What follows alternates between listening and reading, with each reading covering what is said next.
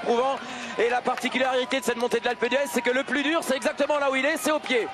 C'est la rampe la plus dure, effectivement, Thomas. On fait le point maintenant avec Thierry Hador, avec le peloton, le groupe maillot jaune, toujours emmené par les Sky. C'est ça, Thierry?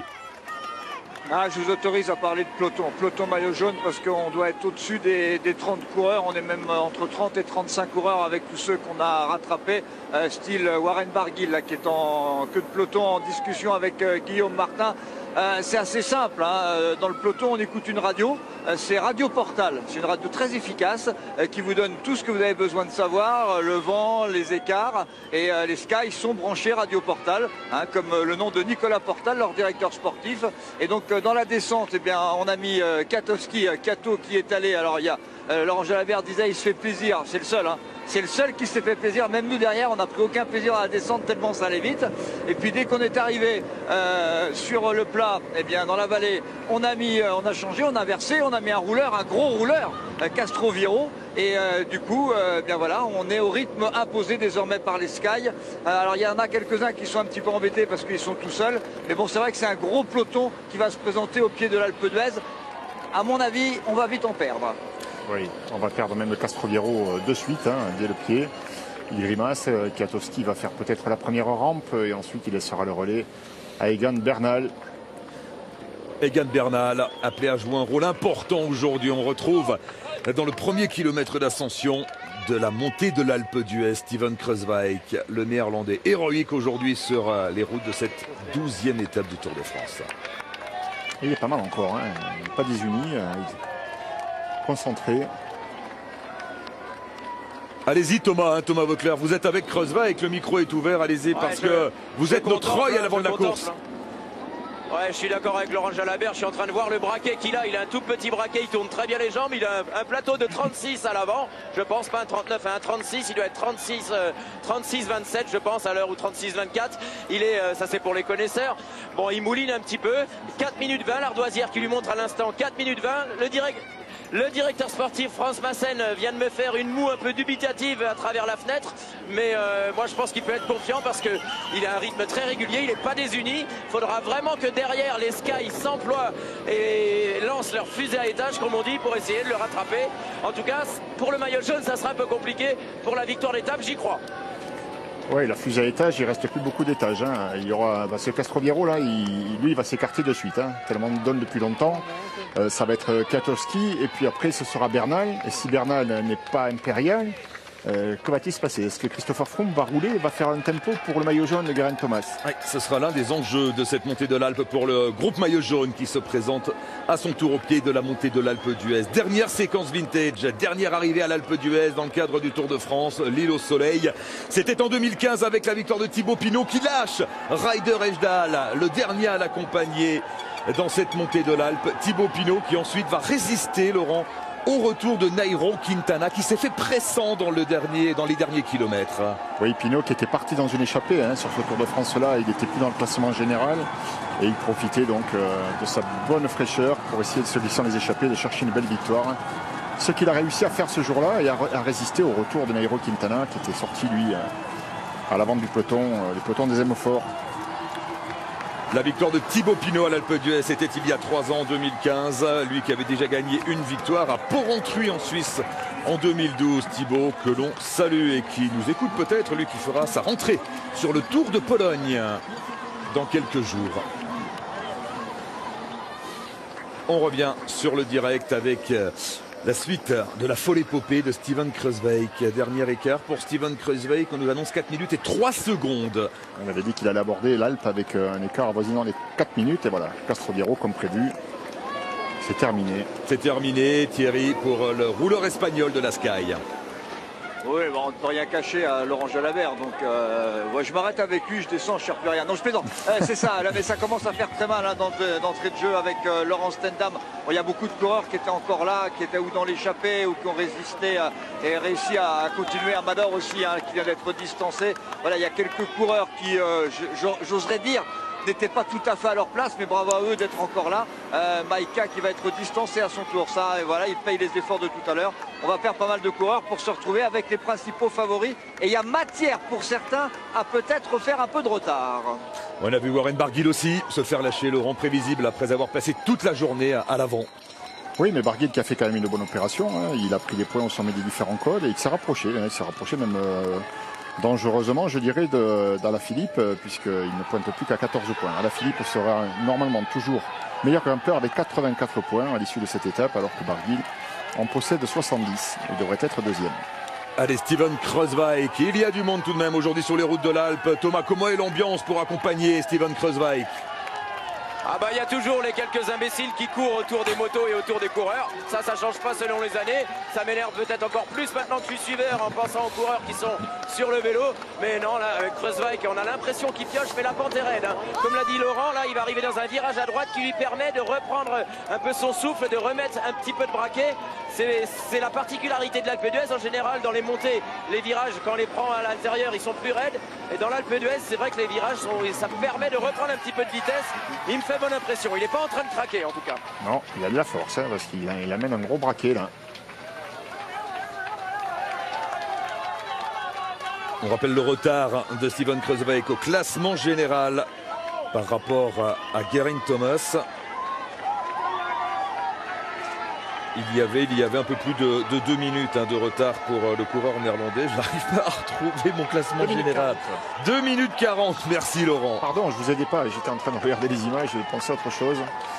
Le classement du maillot blanc qui est en jeu aussi avec Pierre Latour qui serre la file, qui est dernier de ce groupe avec le second au classement du meilleur jeune qui est Guillaume Martin, qui est un petit peu distancé, qui voit ce maillot blanc filer devant lui.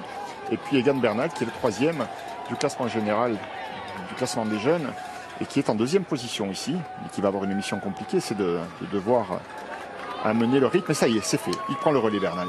Egan Bernal en action, le jeune prodige colombien, Thierry à l'arrière de ce groupe maillot jaune. Oui, avec Guillaume Martin qui vient d'être lâché. Pierre Latour, il est extraordinaire parce que voilà, au moment où il était distancé, Pierre Latour, il se disait je peux pas laisser Romain tout seul, il n'y a plus de coéquipier, Romain Bardet, ainsi Pierre est lâché. Et donc Pierre Latour, il s'est remis en danseuse, il s'arrache pour tenter de revenir. Alors c'est magnifique à regarder, hein. C'est génial dans l'esprit, mais bon, il va pas pouvoir lui servir grand-chose à Romain Bardet. Romain Bardet qui va donc être tout seul, sans coéquipier, c'est toujours un peu embêtant. Ça sera le cas aussi de Nibali. Voilà le peloton qui est en train de s'écrémer. Il y a encore 2 Sky devant le maillot jaune et Christopher Froome.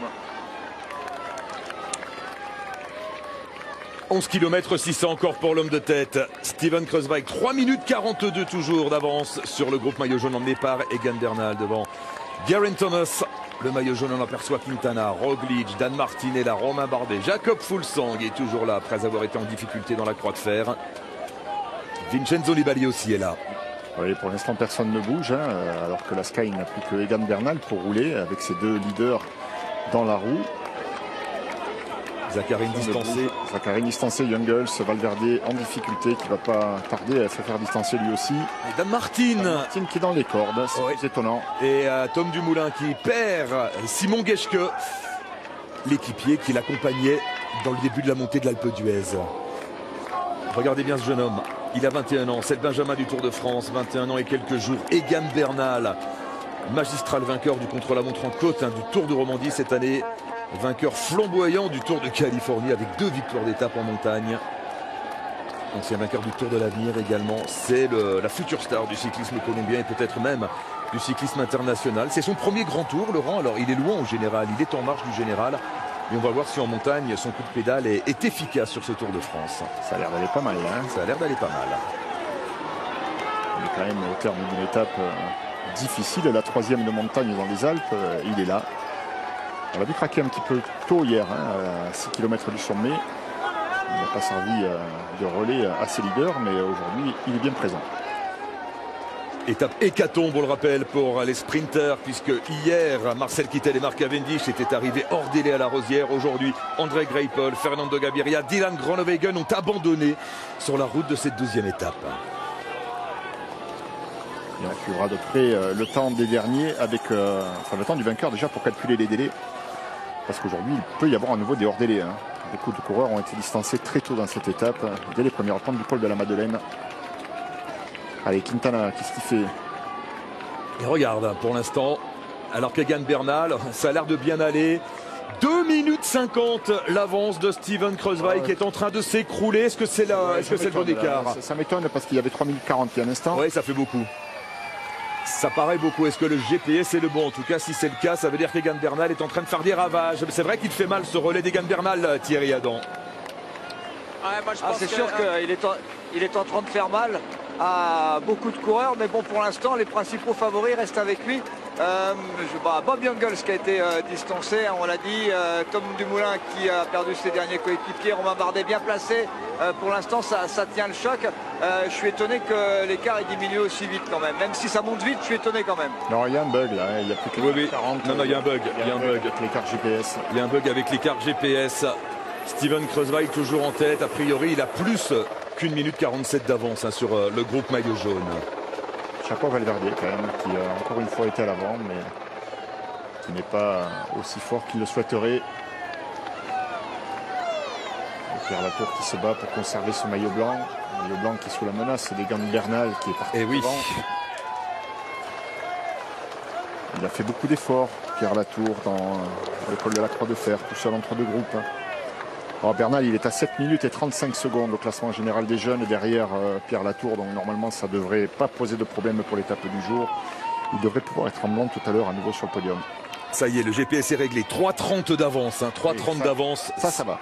Ça va, oui, c'est plus conforme à la réalité des images. Steven Kruijswijk qui peut toujours rêver d'être le premier néerlandais à s'imposer à l'Alpe d'Huez depuis 1989 et la victoire de Gert-Jan Teunis qui lui aussi d'ailleurs cette année-là s'était échappé en solitaire dans le col de la Croix de Fer. 10 coureurs dans le peloton maillot jaune et toujours 30% d'effectifs pour le Team Sky. Ils sont 3. Un petit peu moins de 30%. Allez, Kruijswijk, le coup de pédale de Kruijswijk. Pour l'instant, ça se passe bien pour le Néerlandais. 3,26 à 10 km du sommet. Oui, c'est ce que l'on disait au pied du col. Hein, s'il ne s'écroule pas, et ça ne semble pas être le cas. Pour l'instant, personne ne bouge derrière. Il doit pouvoir remporter cette étape. Rien n'indique pour l'instant qu'il soit en perdition. Conserver le leadership, reprendre le maillot jaune à Geraint Thomas, ça sera plus compliqué. Hein. On imagine que ça va quand même accélérer dans ce groupe maillot jaune avant le sommet. Avec Vincenzo Nibali en avant-dernière position, l'Italien. Pour ceux qui nous rejoindraient seulement, rappelons que cette ascension de l'Alpe d'Huez, ce sont 21 rampes, 14 km de long pour 1100 mètres de dénivelé, une pente moyenne de 10%. L'Alpe d'Huez qui fut également le théâtre de la première arrivée en altitude de l'histoire du Tour de France. 1952. C'est bien ça, avec la victoire d'une légende, Fausto Coppi. Ensuite, il faut attendre 76 pour qu'on y revienne. J'ai bien retenu la leçon prise ce matin. Avec Laurent Luyat, avec Marion Rousse également sur la ligne d'arrivée ici à l'Alpe d'Huez. Une jolie petite église, l'église Saint-Féréol d'Huez en Oisan. C'est vieux ça, hein, c'est 14e. Allez, moins de 10 km, 3 minutes 20. On retrouve Thomas Voeckler avec l'homme de tête, Steven Kruijswijk.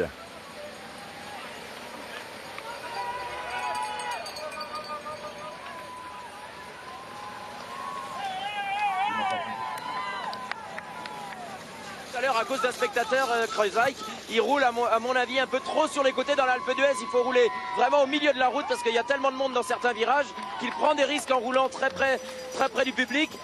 Voilà, c'était un petit peu chaud tout à l'heure, mais il continue, même si là il baisse un peu de rythme, c'est assez sensible. Il perd pas grand chose, hein, Thomas. Il perd une dizaine de secondes au kilomètre.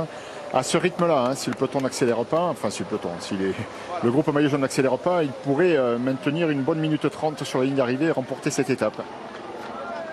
Dan Martin qui cède, Thierry, lui qui occupait la 10e place du général ce matin. Oui, alors on a perdu Valverde depuis un long moment. Là, on est dans la roue, nous, de Bob Jungels qui accuse 120 mètres de retard sur le peloton. Dan Martin qui s'accroche pour tenter de rester dans le peloton, mais ce sera difficile. Mais par moment, on a l'impression que le coureur arrive à s'accrocher, puis finalement, mètre après mètre, il perd du terrain. Et Dan Martin, là, irrémédiablement lâché par le peloton, où il me semble que Christopher Froome a des fourmis dans les jambes dans la roue du maillot jaune. On va surveiller ça, bien sûr, Dan Martin, qui perd sa place dans le groupe maillot jaune. On a le top 10 du classement général, à 2 exceptions dans ce groupe. L'exception bien sûr, alors que c'est Vincenzo Nibali qui attaque. L'attaque de l'Italien. C'est bien, ça bouge. Vincenzo Nibali change de rythme. 4e du général, Nibali à 2 minutes 14 de Geraint Thomas. On va voir si c'est le grand Vincenzo Nibali. En tout cas, il ne veut pas se laisser dicter la loi des Sky. Il est isolé, c'est vrai, Vincenzo Nibali. Ça n'est peut-être plus tout à fait les mêmes coureurs qu'à une époque. Mais lui qui a déjà gagné les 3 grands tours n'a pas grand-chose à espérer que de vouloir suivre simplement. Voilà, lui c'est un coureur qui court pour gagner. L'attaque était osée, loin de l'arrivée, mais pour l'instant il n'a pas mis en difficulté Egan Bernal. Attaque à 9 km du sommet de Vincenzo Nibali qui pour l'instant plafonne, ne parvient pas à faire l'écart. C'est toujours étonnant de voir Christopher Froome qui laisse 2 mètres. Oui, derrière Geraint Thomas. Il regarde ses pieds, il laisse un écart et puis il accélère. Toujours 2 coureurs pour la Movistar, bien sûr, dans ce groupe. Mikel Landa et Nairo Quintana. Alors, je disais, oui, on a le top 10 du général dans ce groupe, à l'exception de Kreuzweig qui est à l'avant et de Dan Martin, le 10e, qui vient de se faire distancer. Allez, Nibali qui attaque. On va voir si Egan Bernal parvient à tenir le rythme de Vincenzo Nibali. Et est-ce qu'il faudrait... Enfin, il faut pouvoir le faire, évidemment. Mais Nibali qui a essayé. Est-ce qu'il ne faudrait pas essayer de faire sauter le verrou, là, Bernal, du côté de Romain Bardet, du côté de Quintana, plutôt que de suivre comme cela le rythme de Bernal et laisser à la Sky le soin d'imposer un rythme certes rapide mais régulier. Et avec l'accélération de Nibali, eh bien l'avance de Steven Kruijswijk est tombée sous les 3 minutes, 2 minutes 56 à 9 km de l'arrivée.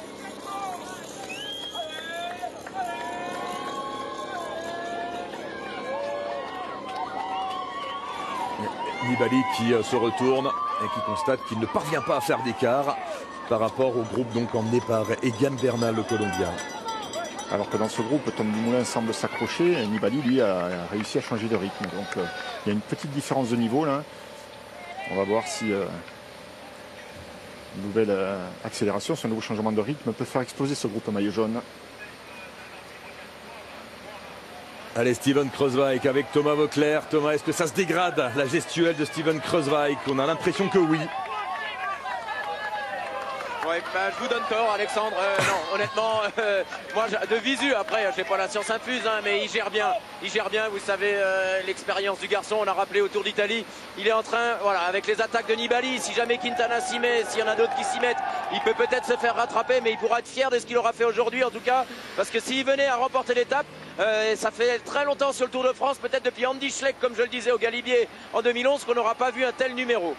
C'est vrai, il est parti à 72 km de l'arrivée, on le rappelle, au pied du col de la Croix de Fer, Steven Kruijswijk.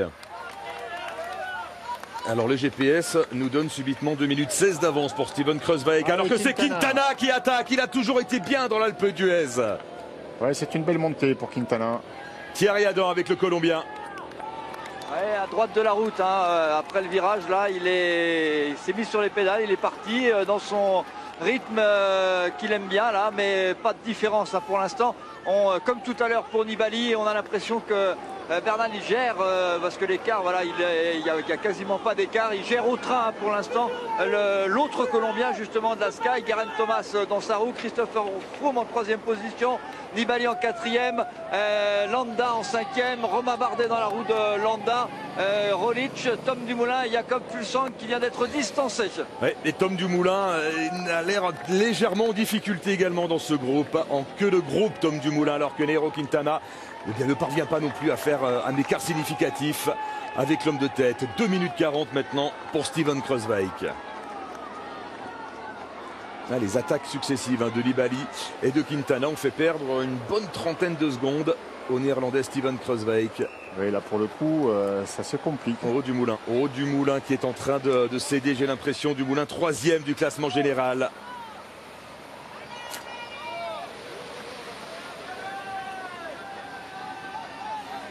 Allez, sur le kilomètre qui vient de s'écouler, Kruijswijk a doublé la mise. Il a perdu 20 secondes. Il perdait jusque-là 10 secondes au kilomètre. Il vient de perdre 20 secondes sur ce dernier kilomètre, qui a vu l'accélération successive de Vincenzo Nibali et de Nairo Quintana. Alors que Bernal, jeune coureur, mais finalement, peut-être aux ordres, des oreillettes, mais très expérimenté, ne s'est pas affolé. Il n'a pas changé de rythme. Il n'est pas tombé dans le piège de vouloir revenir de suite dans la roue de ceux qui attaquaient. Il a continué son tempo. Un tempo qui ne permet à personne pour l'instant de s'échapper dans ce groupe maillot jaune. Allez, Steven Kreuzweig, 2,33 d'avance. Est-ce que Tom Dumoulin est toujours au contact du groupe maillot jaune, Thierry? Oui, Fulsang est même revenu d'ailleurs, hein, le coureur de l'équipe Astana, leader de l'équipe Astana, est revenu dans la roue de Tom Dumoulin. Tom Dumoulin qui a eu un coup de moins bien, qui a eu besoin de prendre un gel tout à l'heure, de s'asperger aussi. Quintana est rentré dans le rang. On ne l'avait pas vu, hein, Bernal encore prendre des relais. Hier, Laurent l'attendait avec impatience. On ne l'avait pas vu. Là, aujourd'hui, je peux vous dire qu'il est à la hauteur de sa réputation. Jeune coureur, plein de talent. Et puis, alors, petite information, j'ai vu Christopher Froome, un court instant, venir dire un mot à son maillot jaune, à Geraint Thomas. Alors, vous dire quoi je ne sais rien. How are you today? Peut-être. Et la réponse, fine and you. 2 minutes 30, perd du temps, Steven Kreuzweig. Oui, mais c'est pas la catastrophe. Hein. En tout cas, ce qui est sûr, c'est qu'il a perdu pour l'instant le maillot jaune. Il était virtuel maillot jaune pendant de nombreux kilomètres. C'est terminé. Oui, il ne le portera pas ce soir, ça on l'a compris. Le coup de pédale est un peu plus heurté là, hein, pour Kreuzweig.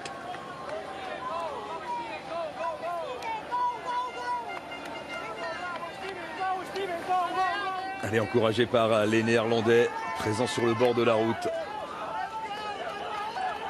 Et sur une pente à 11%, là, Steven Kreuzweig et Egan Bernal qui emmènent toujours ce groupe avec juste derrière lui le maillot jaune, Geraint Thomas. Et c'est vrai que la course, hein, la course défensive des Sky, ça n'est pas spectaculaire. Elle est efficace néanmoins.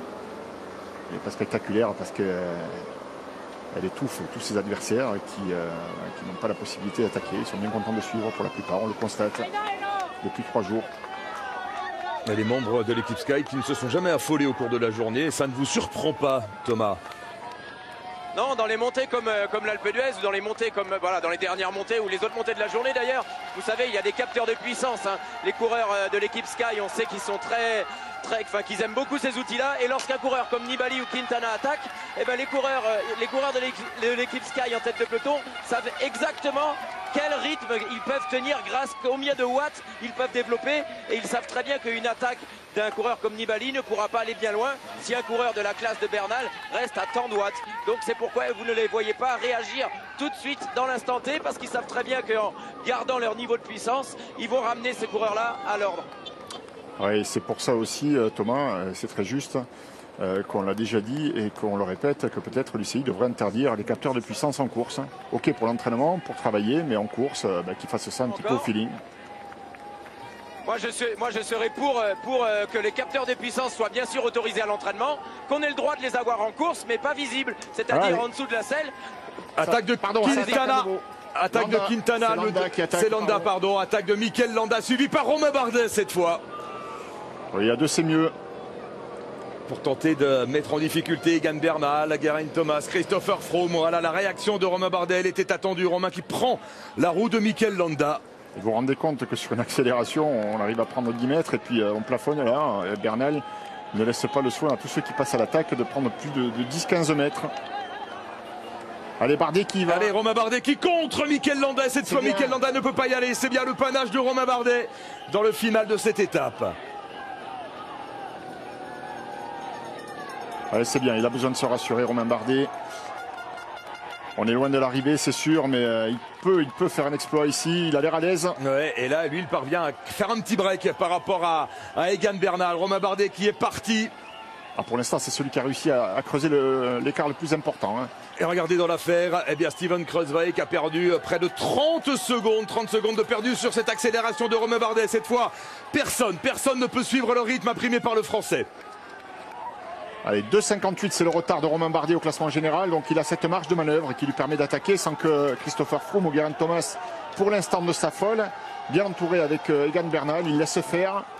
L'écart se réduit 1 minute 31, ça sent mauvais pour Kreuzweig. Oui, parce que là, effectivement, à la faveur des attaques de Nibali, de Quintana, eh bien, l'écart est en train de fondre. Romain Bardet lancé à la poursuite de Steven Kreuzweig. Thomas Voeckler avec l'homme de tête. Ouais, l'homme de tête, eh ben, c'est au moment où Romain Bardet attaque, hein, c'est l'impression que j'avais de Steven Kruijswijk. Ça devient compliqué pour lui, il arrive toujours à bien conserver son rythme, mais il pioche comme on dit, s'il y a du grand Romain Bardet, on peut espérer voir Romain revenir sur lui. Et c'est du grand Romain Bardet, effectivement à moins de 7 km de l'arrivée pour l'homme de tête. Allez, Romain Bardet avec un bon coup de pédale. L'écart n'est pas encore très important par rapport au groupe emmené par Egan Bernal. Une quinzaine de secondes à peine, mais il faut commencer par là. Alors le GPS nous indique désormais 2 minutes d'avance pour Steven Kruijswijk. Le GPS s'affole peut-être un peu davantage que nous d'ailleurs. Allez, Romain Bardet qui poursuit donc son forcing. Christopher Froome impassible dans la roue de Geraint Thomas dans son style caractéristique. La tête rentrée dans les épaules. Vincenzo Nibali, Primoz Roglic, Mikel Landa et Tom Dumoulin qui est toujours là, contrairement à Jakob Fuglsang. Et Nairo Quintana qui est lâché. Nairo Quintana qui est lâché, le 9e du général, Thierry. Ah oui, là il vient dans ce virage à gauche, là, il vient de laisser 1 mètre, 2 mètres, 3 mètres. Et là, ça va être compliqué pour lui. Alors attention, parce qu'il n'y a pas eu de réaction du côté des Sky, ni de Geraint Thomas, ni de Christopher Froome, qui aperçoivent pour l'instant Romain Bardet. L'écart est un peu plus important que lors des attaques de Nibali notamment. Mais pour l'instant, eh bien, ils l'aperçoivent, donc rien de très important, rien de déterminant. Mais Jakob Fuglsang, irrémédiablement lâché, et Nairo Quintana, oui, grand battu du jour. Ce sera le grand battu du jour. Et Romain Bardet qui reste à portée des Sky. Egan Bernal toujours à la poursuite de Romain Bardet qui ne parvient pas à faire l'écart pour l'instant. Un peu moins de 2 minutes d'avance en tout cas pour l'homme de tête. Pour Steven Kruijswijk, de plus en plus de monde au fil des kilomètres dans cette ascension de l'Alpe d'Huez. Nairo Quintana, et le débours va être important parce qu'il reste 7 km à Quintana. On peut être inquiet pour le Colombien. Oui, c'est un grimpeur, donc il va gérer, mais oui, il va perdre du terrain et surtout on a vu ses limites. Quintana, donc on pouvait s'attendre cette année qu'il soit bien meilleur que les années précédentes. Lui qui n'a pas couru le Tour d'Italie cette année, on pouvait penser qu'il arriverait ici avec plus de fraîcheur. Son équipe a dynamité la course hier, aujourd'hui, et finalement c'est lui qui craque sur la montée de l'Alpe, loin du sommet. Et donc c'est beaucoup d'espoir qui s'envole pour la Movistar et pour tous les suiveurs du Tour aussi, parce que c'est un garçon qui aurait pu, pourquoi pas, distribuer les cartes, lui-même être un rival de pointe, un rival dangereux pour l'équipe Sky, mais voilà, il n'est pas à son meilleur niveau. Il y a déjà 20 secondes de perdu pour Quintana. Nairo Quintana à 2 minutes et 1 seconde de l'homme de tête. Romain Bardet qui n'est plus qu'à 1,29 de Steven Kruijswijk. Bardet qui devance le groupe maillot jaune de 10 secondes. Rien de décisif encore. Des fumigènes orange dans cette montagne des Néerlandais. Steven Kruijswijk va-t-il accomplir l'impossible? En tout cas, le prix de la combativité est remis à Steven Kruijswijk. Ouf, il était indécent, hein. Oui. De ne pas voir Kruijswijk récompensé avec un écart de Kruijswijk à cause d'un imbécile sur le bord de la route. Il a un beau maillot, mais alors ça s'arrête là.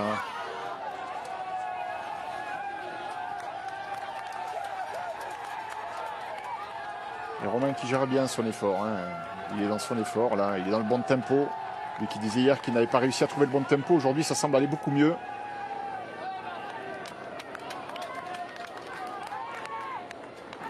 Il ne parvient pas pour autant à creuser l'écart. À peine une dizaine de secondes d'avance sur le groupe maillot jaune. Oui, parce que Bernal fait une grosse impression, Laurent, mais on n'est pas surpris. Tous ceux qui ont vu évoluer Egan Bernal dans les différentes courses auxquelles il a participé depuis le début de la saison connaissent le talent de ce garçon, notamment en montagne. Et vivement les barrières pour Romain Bardet, mais les barrières, c'est pas avant les 3 derniers kilomètres. La foule ne nous montre pas son plus joli visage. Ouais, évidemment, on est ravis de voir du monde sur le bord des routes, sur le Tour de France, mais il faut savoir garder un peu de mesure aussi, parce que Laurent, les coureurs n'aiment pas qu'on court à côté d'eux comme cela, en tout cas pas trop près. Alors, les coureurs n'aiment pas beaucoup ça, ils ont peur effectivement d'être chahutés. Par contre, ce que je peux vous dire, c'est que les coureurs apprécient qu'il y ait du public, parce que le public est mis derrière les barrières à 3 km de l'arrivée d'un coup d'un seul. Eh bien, ça devient plus compliqué, on aperçoit la pente. Et là, je trouve particulièrement cette année qu'il y a peu de monde sur l'Alpe d'Huez. On a connu des éditions avec un public beaucoup plus dense. Allez, Romain Bardet toujours lancé à la poursuite de l'homme de tête de Steven Kruijswijk. On va retrouver Thomas Voeckler avec le Néerlandais qui n'a plus qu'une minute 16 d'avance sur Romain Bardet. Ouais, avec le Néerlandais qui a joué à domicile. Il vient de passer tout à l'heure, il y a 500 mètres de ça, dans le virage des Hollandais. Il était vraiment à domicile. C'était le 12e homme, comme on peut dire. Steven Kruijswijk qui, à mon avis, en a un petit peu hâte quand même qu'il y ait des barrières parce qu'il y a énormément d'énergumènes qui lui courent après, qui le chahutent. Et c'est Christian Prudhomme en personne qui est obligé de sortir de sa voiture de direction de course et de faire la police. C'est vraiment un petit peu l'anarchie. Romain Bardet qui devance toujours le groupe maillot jaune d'une petite dizaine de secondes. Steven Kruijswijk qui risque d'avoir du mal tout de même pour lever les bras. Ce ne sera pas suffisant. Kruijswijk, non pas qu'il s'effondre, mais derrière, évidemment, on a haussé le ton. Et on sent bien que Bernal, qui mène toujours le tempo et qui, pour l'instant, contient toutes les offensives, hormis celle de Bardet, mais il parvient à le maintenir à 10 secondes devant. Eh bien, il y a quand même Geraint Thomas et Christopher Froome qui sont là en réserve. On sent que ça peut accélérer encore derrière. Il n'y avait qu'une 11 à 5 km de l'arrivée. Je pense que c'est cuit. Ouais. Il en manquera même beaucoup pour Steven Kruijswijk, héroïque tout au long de la journée, mais qui est en train de céder. Romain Bardet, quel est l'écart de Romain Bardet avec le groupe maillot jaune, Thierry? 10 secondes.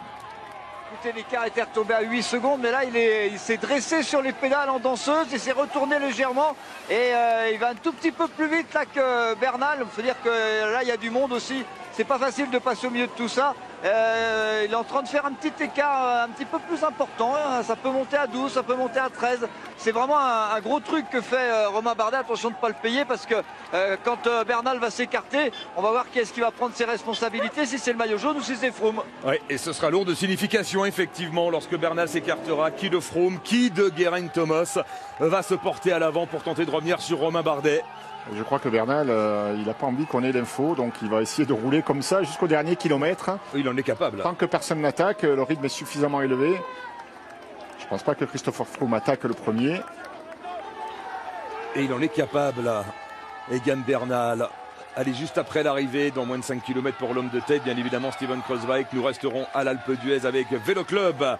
On retrouvera bien sûr Laurent Luyet et son équipe. Et puis ce soir sur France 3 à 20h, ne manquez pas le journal du Tour présenté depuis l'Alpe d'Huez par Céline Giraud, avec un large retour sur cette magnifique journée, cette étape de folie, cette étape de très haute montagne, 5000 mètres de dénivelé entre Bourg-Saint-Maurice et l'Alpe d'Huez. Romain Bardet lancé à la poursuite toujours de Steven Kruijswijk. Ça y est, Kruijswijk a moins d'une minute d'avance maintenant sur Bardet, alors que Bernal fait toujours le forcing. Qu'est-ce qu'il fait Froome là? Il baisse la tête, il écarte les coudes, il perd quelques longueurs. On a l'impression parfois qu'il n'est pas en mesure de pouvoir aller plus vite, alors que ça y est, c'est Geraint Thomas qui accélère. Oui, Geraint Thomas qui accélère le maillot jaune. On a vu ça furtivement. Est-ce que Geraint Thomas est en mesure d'accélérer? Est-ce que Bernal s'est écarté? Oui, c'est effectivement Geraint Thomas qui prend les commandes maintenant devant Christopher Froome. Ouais, Bernal ne s'était pas vraiment écarté. Geraint Thomas l'a devancé avant qu'il ne le fasse. A-t-il reçu la consigne maintenant, Geraint Thomas, de rouler en tête? Auquel cas, on comprendra. Donc, qui est effectivement sur la chaussée le leader incontesté. Malgré la couleur, il ne faut pas se fier aux couleurs. Hein. Le jaune, c'est normalement le premier du classement général, ce qui est le cas. Mais le leader de l'équipe, c'est bien celui qui est en blanc dans la roue. Regardez le changement de rythme de Geraint Thomas qui aperçoit Romain Bardet. Je pense que Thomas, il est assez malin pour grimper un rythme et en garder un petit peu sous la pédale pour accélérer si toutefois il devait y avoir une attaque. Je pense qu'il veut garder ce maillot jaune. Ce serait étonnant qu'il perde 1 minute 25 sur Christopher Froome dans le final de cette étape. Steven Kruijswijk, lui, ne pourra pas aller au bout de son rêve. 4 km encore pour le néerlandais. Thierry Adam, Egan Bernal a été distancé, vous nous le confirmez? Oui, il s'est écarté dans le virage là et complètement distancé. Un peu plus inquiétant là pour Romain Bardet parce que l'accélération, en tout cas le rythme un peu plus élevé du maillot jaune est en train de rapprocher ce groupe dans lequel il y a encore Tom Dumoulin. Roglic est encore là, il est toujours là, il ne faut pas l'oublier. Est-ce que le maillot jaune, s'il avait été avec un maillot blanc sky, il aurait joué le rôle d'équipier là? Oui, peut-être. Peut-être que c'est bien le leader, Christopher Froome. Hein.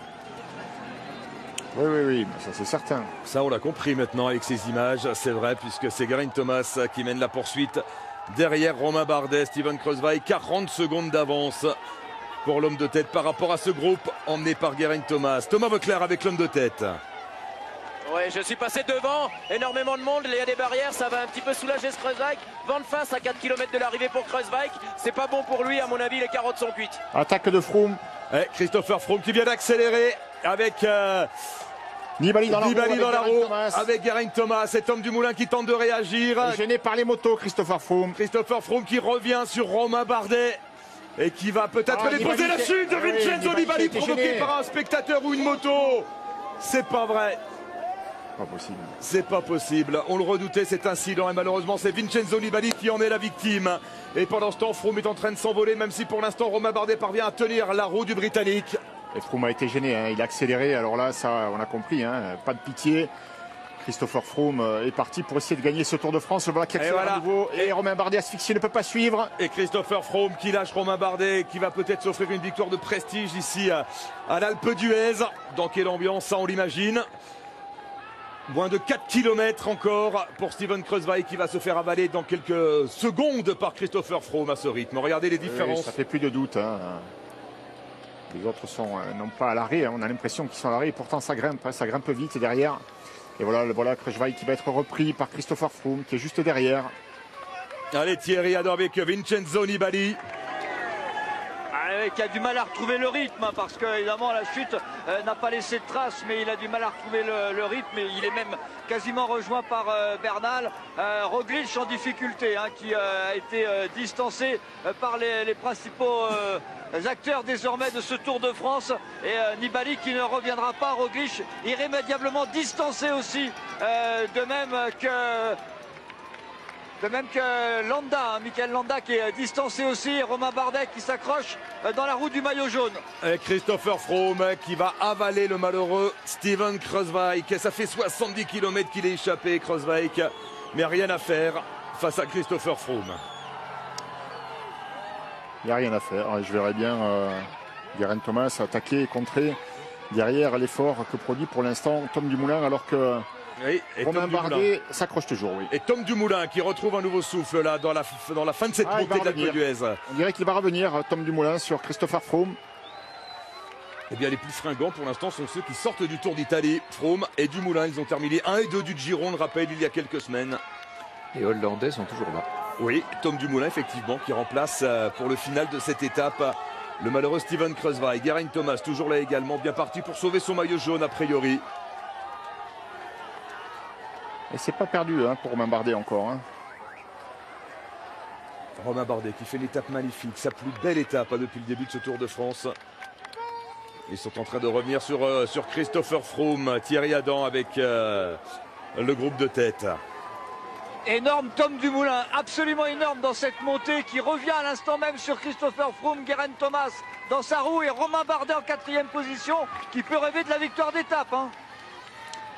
Et Dumoulin avait beaucoup de maîtrise, est revenu progressivement sans trop s'affoler sur Christopher Froome. Il craint bien sûr une contre-attaque de Geraint Thomas, mais qui ne viendra peut-être pas, parce que Geraint Thomas est content d'être là, j'ai l'impression.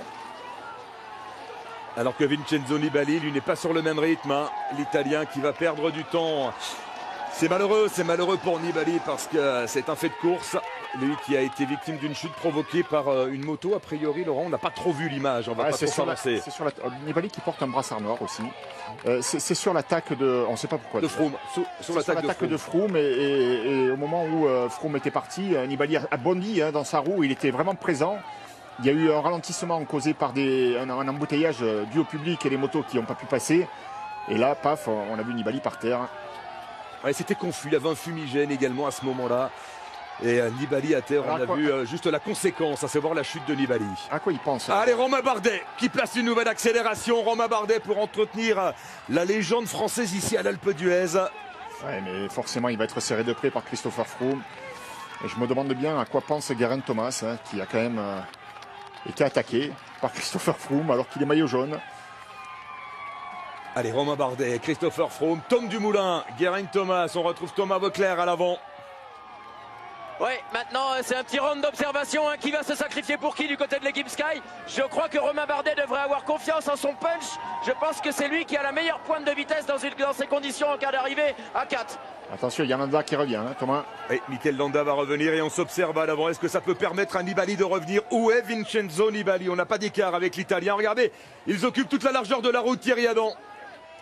Oui, Vincenzo Nibali qui était vraiment fort aujourd'hui, dommage, qui est en train de revenir en même temps que Roglic à droite de la route. Alors ils ne sont pas encore revenus, hein, mais ils aperçoivent, allez, il y a 150 mètres de retard pour Nibali, 120 mètres de retard pour Roglic. Et ça ne roule plus. Mikel Landa est revenu sur Froome, Thomas, Bardet et Dumoulin.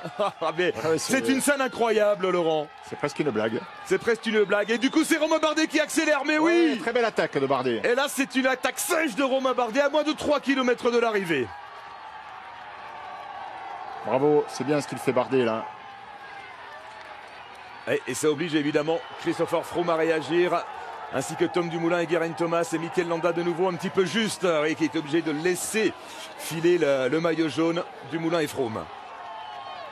Allez, Vincenzo Nibali qui revient sur Primoz Roglic, l'Italien. On le rappelle, victime d'une chute à 5 km de l'arrivée. Ah, il peut aller le faire, Romain Bardet. Mais là, c'est Christopher Froome qui est en train d'accélérer derrière Romain Bardet.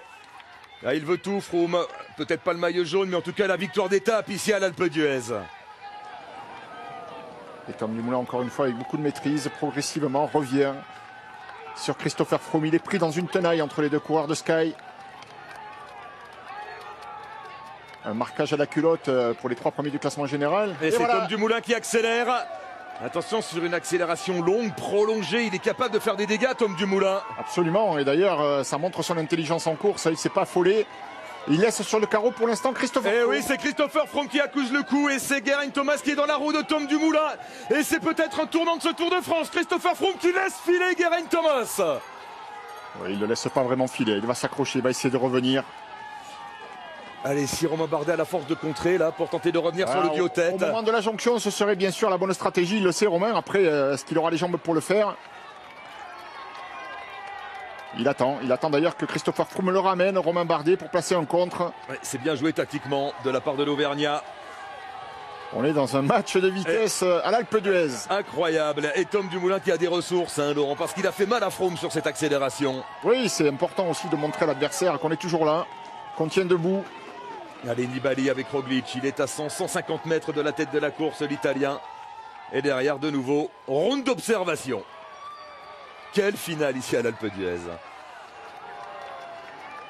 Et Tom Dumoulin qui justifie son statut d'immense champion vainqueur du Tour d'Italie l'an dernier. 3e du général ce matin. Ouais, ça va être compliqué là de sortir. Nibali est tout de même pointé à 50 secondes de la tête de la course. Va perdre gros l'Italien aujourd'hui, malgré lui encore une fois. Victime non pas d'une défaillance, mais d'un fait de course. Une chute provoquée par un élément extérieur. On n'a pas encore toutes les infos, mais on en reparlera bien sûr dans Vélo Club avec Laurent Luyat dans quelques instants. Et puis ce soir, dans le journal du Tour à 20h sur France 3 avec Céline Géraud. Nairo Quintana. Lui aussi est un grand battu dans cette étape. Ouais, il est derrière Nibali encore, un Nairo Quintana. Ah oui, il est bien derrière, oui. Bien derrière. Nibali avec Primoz Roglic. 1,5 km. Bientôt la flamme rouge pour les hommes de tête. Oui, il faut revenir sur la tête. Nous y sommes avec Tom Dumoulin. Il va fermer son maillot. On met toutes les chances de son côté. Allez, Romain Bardet, s'il pouvait nous refaire le coup de Peyragudes l'an dernier. Bon, il y a un petit peu moins de pente là quand même dans ce final. Ouais, il va falloir virer dans les 2 premiers pour jouer la gagne. Il n'y a pas long entre le virage et l'arrivée. Mais il a ses chances. Par contre, sur l'accélération de Dumoulin, on a bien senti que Dumoulin a encore les jambes. Autant il revenait progressivement sur les attaques des 2 coureurs de Sky, autant quand il a voulu les laisser sur le carreau, il a mis l'attaque tranchante. Donc on peut imaginer qu'il soit capable de faire un grand sprint lui aussi. Victoire de prestige ici à l'Alpe d'Huez. Va-t-on avoir une 4e victoire française d'affilée avec Romain Bardet? Nibali qui reprend quelques secondes. Nibali qui revient sur qui? Sur Landa, il n'y a que Landa devant lui, je pense, non? Landa, oui. Landa. C'est Mikel Landa qui doit être devant. Vincenzo Nibali qui s'accroche. Je pensais qu'il revenait sur la tête de la course, comme ils sont à l'arrêt. En tout cas, Landa, lui, revient sur le groupe de tête. Mikel Landa à la flamme rouge. C'est bien la preuve que ça ne roule plus devant. Et Nibali va revenir aussi. On l'a vu passer au virage là-bas. Et il est à la flamme rouge, Vincenzo Nibali. Est-ce que c'est lui? Oui, c'est lui avec Primoz Roglic. Thierry Adam, Nibali qui va sauver les meubles. Oui, l'écart était pas bon tout à l'heure. J'avais 20 secondes à moins sous la flamme des 2 km. Et là, Vincenzo Nibali, qui aurait été très fort et qui ramène Roglic dans sa roue, eh bien, est en train de revenir. En tout cas, il va perdre très peu de temps par rapport à ce qui lui est arrivé. Merci Thierry. Tom Dumoulin toujours en tête alors que Geraint Thomas va quitter les Alpes en jaune. C'est sûr maintenant, Laurent Jalabert. Oui, ça fait plus de doute. Allez, Nairo Quintana qui lui est seulement à la flamme rouge. Quintana lui ne reviendra pas alors que Steven Kreuzweig qui s'accroche admirable. Et Nibali qui est déjà là, juste derrière la moto. Et oui, Chris Froome qui se retourne, Nibali qui revient avec Primož Roglič. Et c'est le moment choisi par Landa pour accélérer. Et c'est chacun pour sa peau chez Sky, hein. On ne se fait pas de cadeau. Et puis on est à 600 mètres de l'arrivée, c'est l'heure maintenant de s'expliquer. Allez, Mikel Landa. Ouais, ça ne favorisera pas le retour de Vincenzo Nibali, hein, qui était en bout de course. Et qui va perdre quelques secondes supplémentaires, mais qui limitera tout de même bien la casse. Mikel Landa, allez, qui emmène dans sa roue Geraint Thomas, Christopher Froome, Romain Bardet. Et le cinquième homme, c'est Tom Dumoulin. Attention à la puissance de Dumoulin dans un sprint comme ça sur une pente pas trop soutenue, Laurent. Oui, oui. Même si on est déjà à 200 mètres de l'arrivée avec le sprint lancé par Geraint Thomas. Geraint Thomas en Il est trop force. fort, Geraint Thomas. Et il est fort, Geraint Thomas, sur un énorme développement. Il est trop fort et il va s'imposer ici à l'Alpe d'Huez. Devant Tom Dumoulin, deuxième victoire d'affilée dans les Alpes pour Geraint Thomas, plus que jamais en jaune. La deuxième place pour Tom Dumoulin, la troisième pour Romain Bardet, Froome quatrième. Mikel Landa qui vient prendre la cinquième place et Nibali qui termine avec Primož Roglič. Le Tour de France n'est pas encore plié. On a vu de belles choses aujourd'hui, on a vu l'attaque de Steven Kruijswijk, mais à l'arrivée c'est l'équipe Sky qui a encore raison. Laurent, il ne s'est jamais affolé et puis surtout Geraint Thomas pour l'instant est intouchable. Oui, Geraint Thomas est très puissant, hein. Sur une accélération franche, c'est sûr qu'il a de la force ce garçon, il nous l'a déjà montré hier. En 500 mètres à peine, il met 20 secondes à tous ceux qui l'accompagnaient. Aujourd'hui, dans la dernière ligne droite, pareil, il met 20 mètres à Tom Dumoulin. Donc voilà, Geraint Thomas, c'est sûr. Il se défend tout seul, j'ai envie de dire. Alors c'est sûr, l'équipe Sky a été puissante encore une fois, mais il n'a pas vraiment pu compter sur le soutien de Chris Froome qui fait sa course. Et l'arrivée de l'héroïque. Ouais, Steven Kruijswijk à 50 secondes seulement. Ouais, il a manqué, hein. Il a démarré ce col avec 4 minutes d'avance. Il termine avec près d'une minute de retard. Il est le plus combatif de cette étape, Kruijswijk. Et il s'est accroché jusqu'au bout, Kruijswijk, parce qu'il a une place au général à défendre. C'était une belle étape, Laurent. On ne s'est pas ennuyé entre Bourg-Saint-Maurice et l'Alpe d'Huez. Oui, ça va. Ça va, on ne s'est pas ennuyé, effectivement. Il y a eu de belles actions. Malheureusement, pour tous ceux qui ont tenté, ils ont fait des frais ensuite. Bon, à l'arrivée, le résultat est toujours le même. Mais on ne s'est pas ennuyé. On ne s'est pas ennuyé. Egan Bernal. 33 km/h la moyenne, ce qui veut dire qu'on devrait avoir des délais supérieurs à 38 minutes, aux alentours de 40 minutes. 40 minutes, voilà pour les délais. On rappelle les abandons des sprinteurs qui ont souffert aujourd'hui de la pente, de la chaleur également. Abandon de Dylan Groenewegen, d'André Greipel, de Fernando Gaviria qui ont été les acteurs majeurs du Tour de la première semaine. Dan Martin qui passe la ligne à 1 minute 48.